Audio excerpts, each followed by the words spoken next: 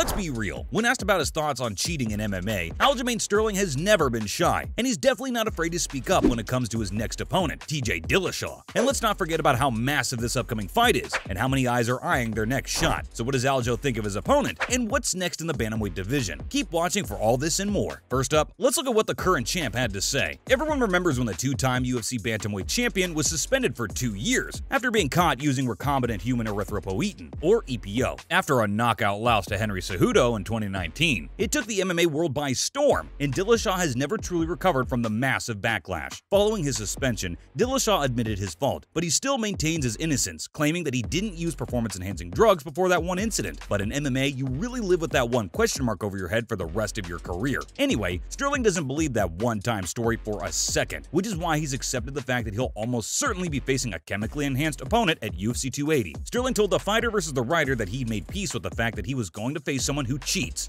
whether that's through microdosing or whatever. And that's not all. He actually believes that many of the guys he's already fought have also been on such substances, so this isn't an entirely new experience for him. Up next, is Aljo feeling overconfident? If you think he's talking about Dillashaw's past to set up excuses if he falls short on October 22nd, nothing could be farther from the truth. In fact, the 33-year-old has expressed his concerns about TJ long before he was named the division's top contender, and it's forced Sterling to work even harder to ensure he can remove any advantages his opponents may have when they finally meet in the octagon. In his eyes, the only thing Funkmaster has to worry about is his cardio, so he can keep up, because he knows that TJ will use any advantage he can to get a win. Either way, Sterling knows that the former champ can say whatever he wants since he knows deep down how long he's been cheating, and that his teammates totally exposed him. That wasn't all though, since the Jamaican-American believes that at the end of the day, it's just about being the better man that day, and if TJ has to be the better man by using drugs, that's on him. And hey, Aljo knows his hands are clean. Coming up, Dillashaw may get exposed yet again. Everything aside, Sterling understands that other than the physical perks of performance-enhancing drugs,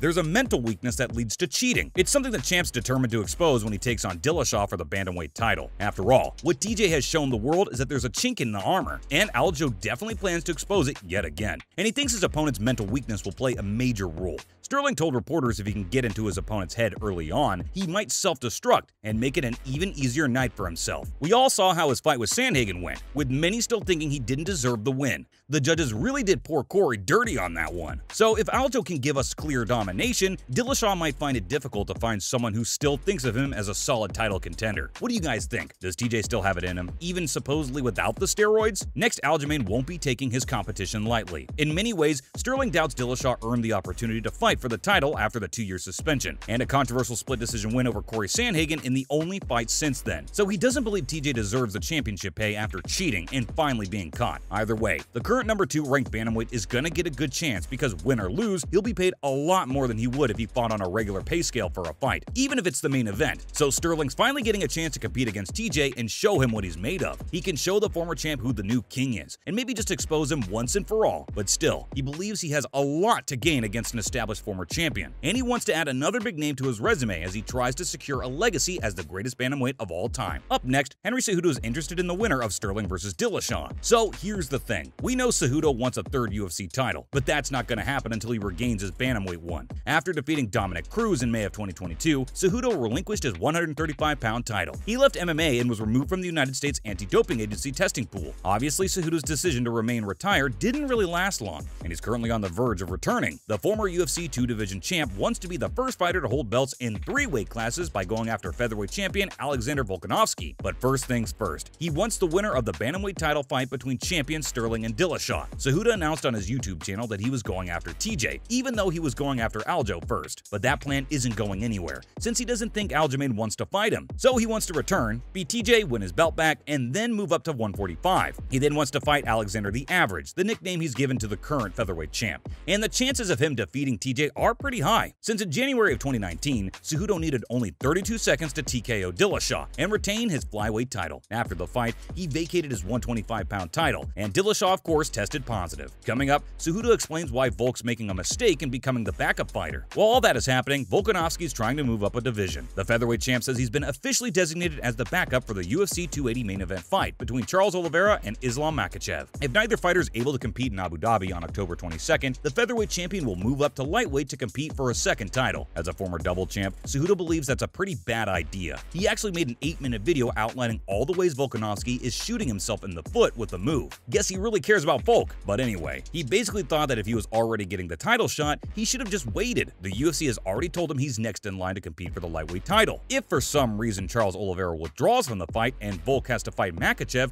then that would be the worst matchup for him. Speaking from experience, Cejudo feels that when a fighter's looking to get 2 belts, then they should take their time. Right now, Triple C thinks that Volk's not really giving himself a fighting chance right now. He's basically just fighting to see if he can win. If this backfires, not only will he lose the fight, but he'll also lose his pound-for-pound status. When you have the pound-for-pound status, even if it's a list that makes absolutely no sense, that's worth something. It's part of his legacy now, and he should make decisions about matchups that protect his legacy. Finally, let's talk more about Volk's decision to move up immediately. Anyway, Cejudo's concerns about Volkanovski moving up make a lot more sense when you consider he still wants an immediate title shot against the featherweight champion when he returns in early of 2023. Triple C clearly believes Makhachev will defeat Volkanovski, making the entire situation a bad idea in his mind, regardless of the circumstances. It still makes sense for Alexander the Great. He's a fearless man, and he's confident that he can defeat Makhachev or Oliveira, or whatever else you put in front of him, as long as they're holding the belt. He sees it as a shortcut and a way to avoid delays caused by injury or chance, and he's used the prospect of fighting at UFC 280 to fuel his training as he prepares for a shot at double champ status.